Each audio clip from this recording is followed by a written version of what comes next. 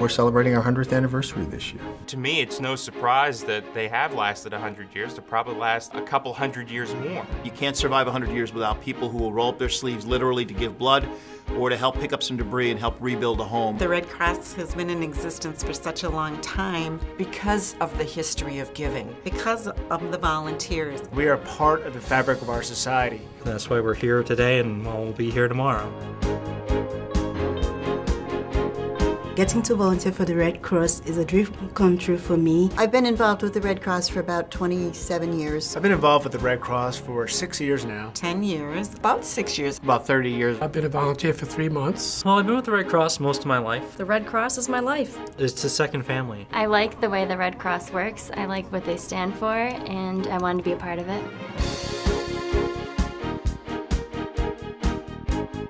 CSEA, as an organization, has been supporting the Red Cross since its earliest days. CEFCU was able to raise over $158,000 in support of the Red Cross efforts in Haiti. Lamar has been working with the Red Cross from the beginning. If it's in Indonesia, in China, in Haiti, or in Albany, New York, Red Cross workers are ready to respond. After seeing the effects of the earthquake in Haiti, we were inspired to do something. I've been down to Katrina. They do a lot of work with veterans. When 9/11 occurred, it became a life-changing experience for me. I'm proud to be involved with the Red Cross because we are the community.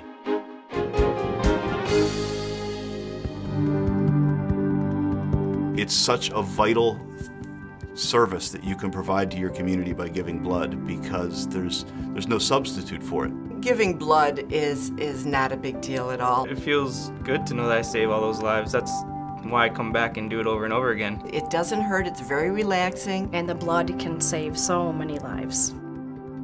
The way I see the Red Cross, it's like a humanitarian brotherhood. There's a broad humanitarian mission, but then there's also that neighbor-to-neighbor aspect of it, of helping people. When everything is at its absolute worst for people, there's the Red Cross. Being ready for a disaster means that we have the volunteer staff, that they're trained, they're organized, they know what to do, and they know how to do it. These are people who volunteer their time to go out, often into the night, sometimes in not so great conditions, to help what are basically absolute strangers at the worst moment of their lives, to say, here's a blanket, here's some water, here's a place to stay. They are able to provide that hug that says, you know, everything's going to be okay. Just the symbol of the Red Cross, I think, speaks volumes. Thank God that there are people out there like Red Crossers helping people 24 hours a day, wherever they live, whenever a disaster happens.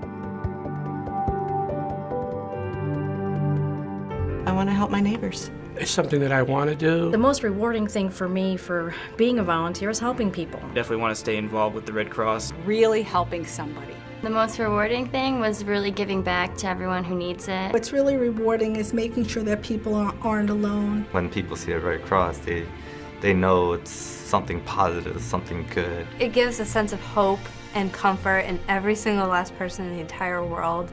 I'm so proud to be part of it. There was one little girl during a presentation that just took the time out to say, "Katie, you are so special to me." The look on their face just really touched me. They remembered me, and they're like, thank you so much. I just put my hand over his hand, and I held it there. And he said, "Thanks for the hand."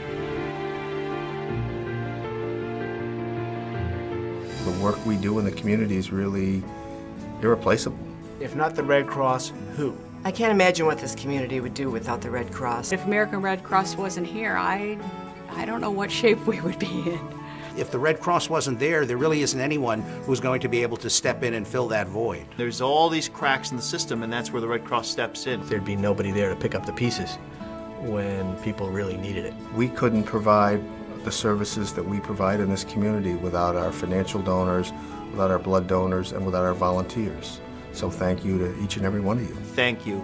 I don't know where this world would be without you. To all of our donors, volunteers, and organizations, I'd like to say a big thank you. To the people that contribute and help the Red Cross, I would say thank you. Thank you for your generosity and your compassion, and for understanding that the Red Cross services are really important. If there was anything I could say to our Red Cross supporters, it would be, where would we be without you? Thank you. You inspire us to do more. You never know when you're going to need the Red Cross. If something ever happened to me, it's kind of nice to know that there's somebody out there to help me.